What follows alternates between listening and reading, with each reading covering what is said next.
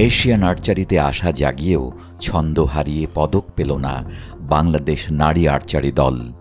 Compound নারী দলগত bronze পদকের লড়াইয়ে শেষ রাউন্ডে হেরে পদক হারায় স্বাগতিক দলের মেয়েরা।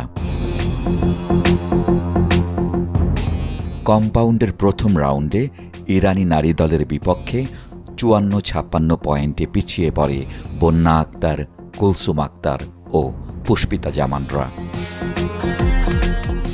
দ্বিতীয় রাউন্ডে ৫৮-৫৬ পয়েন্টে জিতে স্কোর ১১২ ও ১১২ সমান করে বাংলাদেশ। এরপর তৃতীয় রাউন্ডে কেউ কাউকে নাহি ছাড়ি সমানে সমান। বাংলাদেশ ও ইরান দুদেশের মেয়েরাই ৫৭ পয়েন্ট করে তোলে।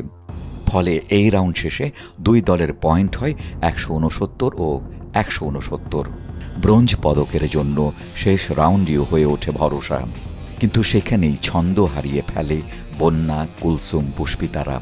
৫৫-৫৮ পয়েন্ট পেলে ৪ রাউন্ড শেষে সব মিলিয়ে ২২৪ ও ২২৭ পয়েন্ট হেরে ব্রোঞ্জ পদক হারায় বাংলাদেশ নারী দল।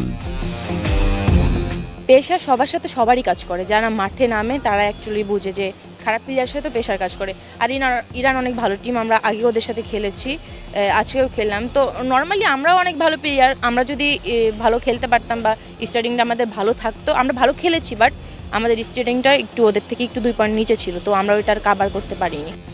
এর আগে ফাইনালে ওঠার লড়াইয়ে সেমিফাইনালে ২৩৪ ও ২২৭ পয়েন্ট হেরে ব্রোঞ্জ পদকের লড়াইয়ে নেমেছিল বাংলাদেশ নারী কম্পাউন্ড আর্চারি দল।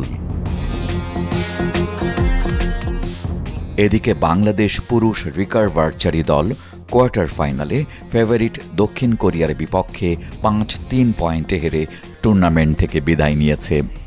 এই বিভাগে একই পয়েন্ট ব্যবধানে কাজাকস্তানকে হারিয়ে ব্রোঞ্জ জিতেছে উজবেকিস্তান।